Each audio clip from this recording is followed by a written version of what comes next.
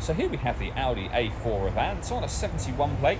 I'm going to start off by showing you inside the boot, and then we'll hop in and run through some controls on the inside from there. As we approach the back of the car, you can see we have reversing sensors, plenty of boot space as well, and you can fold the rear seats down should you wish to increase this space even further.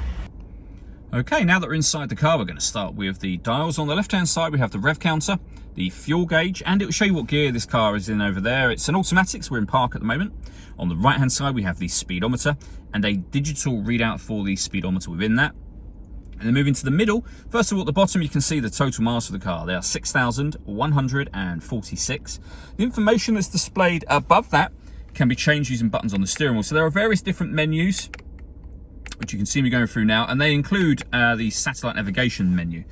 So as you can see, you can have your sat-nav display in the center there, as well as over on the main stereo, which we'll come to in a moment. If we back out to the steering wheel, the buttons I was using a second ago are just here.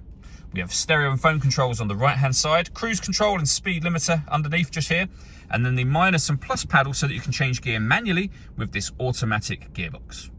Over in the center, we then have the touchscreen for the car. So this is where you can access your satellite navigation, as I mentioned a moment ago. You can have it displayed here and here simultaneously if you wish to, or of course in one or the other, depending on what you like. That button will take you back to your home screen. We have the radio, of course, in this car. And you'll see there we have DAB and FM, as well as AM radio as well. So plenty of ways to listen to the radio. If you want to listen to your own music, you do that under the media heading just here. And again, there's a number of ways to listen to your own music. If we come back out to the home screen, you've also got car information here and various different settings as well. Working our way down, we then have the climate control for the car. So you can adjust the passenger temperature, the driver temperature, and passengers in the rear of the vehicle can also adjust their temperature as well. You can increase, decrease fan speed. You can determine what direction you'd like the air to be distributed in. Again, individually, depending on which side of the car you're on.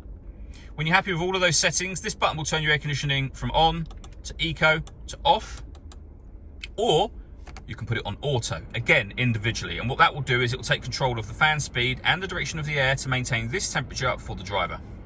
For the passenger, for example. If you override anything manually, you'll see both of those have now gone off. We have a heated driver's seat with 3 different heat settings and the same on the passenger side just there. This button will turn the main screen off, so for nighttime driving, for example, if you're getting too much glare, you can turn that off. We have our parking sensors, you can turn those on and off. In turning them on, incidentally, you will also see your parking camera. Putting the vehicle in reverse will automatically turn that on. We can turn our traction control on and off.